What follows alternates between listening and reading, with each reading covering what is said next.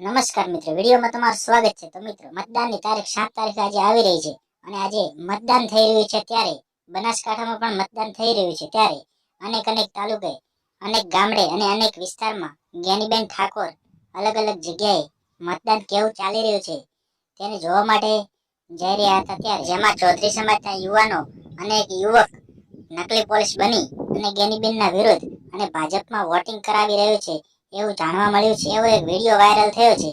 જુઓ આ વિડીયો, જ્ઞાનીબેન શું કહી રહ્યા છે। ચાલો।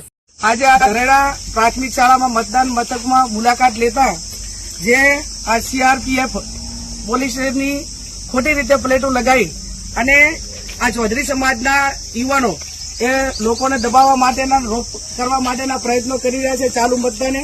આ હાલ જ આપણે જે આ છોકરો જે સામે ઉભો છે એનું નામ છે પ્રકાશ ચૌધરી પાલનપુરનો, કે પાલનપુરને ના કઈ લેવા દેવા નથી, છતાં પણ આ ગામમાં આવીને મતદારોને દબાઈ અને વોટિંગ ભાજપમાં કરવા માટે પ્રેરિત કરી રહ્યા છે।